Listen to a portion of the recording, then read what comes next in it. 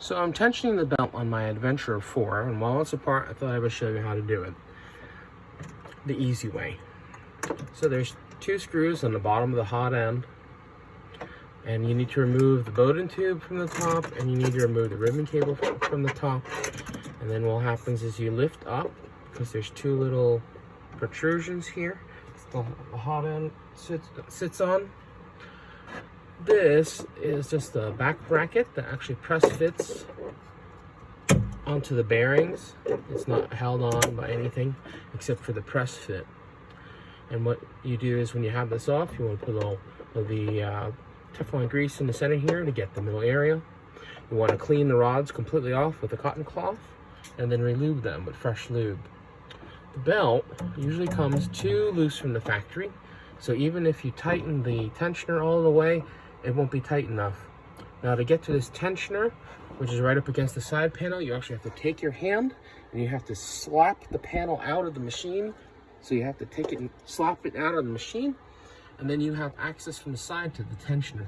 I can guarantee you that even if you crank this all the way, it's not going to tighten it enough. So what you have to do is loosen this all the way until it comes out, and then put it back in, and with the screw, grab it with about 1 to 2 centimeters of the screw, I guess about 1/4 inch, to hold it properly.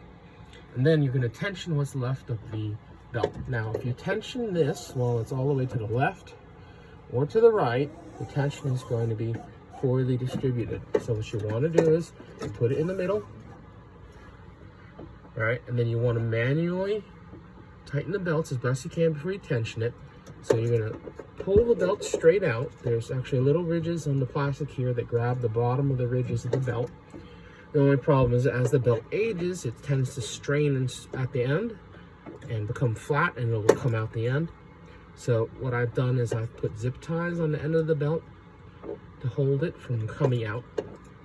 So you pull it tight, push it into the groove to get your base tightness, and then you would adjust the tensioner to get it correctly tight. You don't want it overly tight, and you have to make note that the belt, when it's tight, grips the wheel on the stepper motor, and it comes around to this pulley here. So if you tighten on this side and you don't cycle it back and forth a couple times, the tension will be uneven in the belt, and it'll give you some printing artifacts for the first print until it works the stress out through the whole length of the belt. So you want to grease this, and then you want to move this back and forth a couple times to even out the distribution of the tension. And as you see here, oh, that seems too loose. You want to crank it down. Well, if you do that, you're going to have it overly tight, because let's move it to the middle and check it now. Oh, that sounds about right. Any tighter than this, and you're going to have wear and tear on the machine. Check the other side. See, it seems slack.